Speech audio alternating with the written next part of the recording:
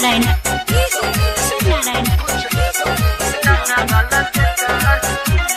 ऊपर नीचे दाएं बाएं लोकतिया बेटर ऊपर नीचे दाएं बाएं लोकतिया बेटर देखो लहंगा वाला सेक्टर तोहर लहंगा वाला सेक्टर देखो लहंगा वाला सेक्टर हाय हाय लहंगा वाला सेक्टर ऊपर नीचे दाएं बाएं लोकतिया बेटर ऊपर नीचे दाएं बाएं लोकतिया बेटर देखो लहंगा वाला सेक्टर तोहर लहंगा वाला सेक्टर देखो लहंगा वाला सेक्टर हाय हाय लहंगा वाला सेक्टर। आप सुन रहे हैं एसके म्यूजिक स्टूडियो गाँव की प्रस्तुति शिवनारायण शिवनारायण जवन तोहर हिली खूबे मजा मिली कमर तू हिलेबू जवानी तोहर खिली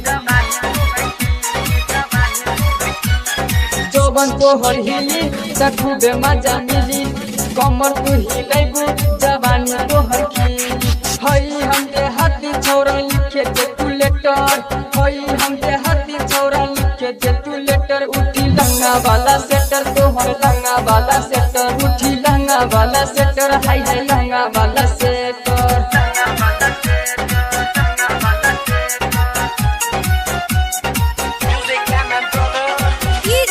शिवनारायण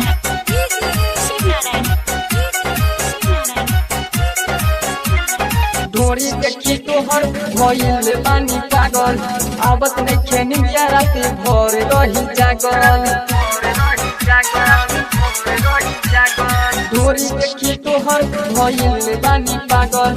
आवत नइखे निमिया राती भोर रही जागल दुनु जवन लकतिया जैसे इंडिकेटर दुनु जवन लकतिया जैसे इंडिकेटर देखो लहंगा वाला सेटर तोहर लहंगा वाला सेटर देखो लहंगा वाला सेटर हाय हाय लहंगा वाला सेटर।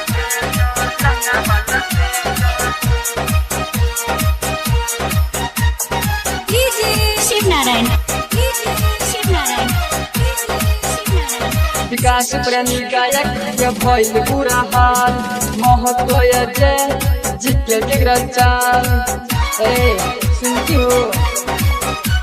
विकास प्रेमी गायक के भइल बुरा हाल महतो जय जिके बिगड़ल चाल राइटर अहमद जी के ऐसन मैटर राइटर अहमद जी के ऐसन मैटर उठी लहंगा वाला सेक्टर तोहर लहंगा वाला सेक्टर उठी लहंगा वाला सेक्टर हाय हाय लहंगा वाला सेक्टर ऊपर नीचे दाएं बाएं लोकतिया बेटर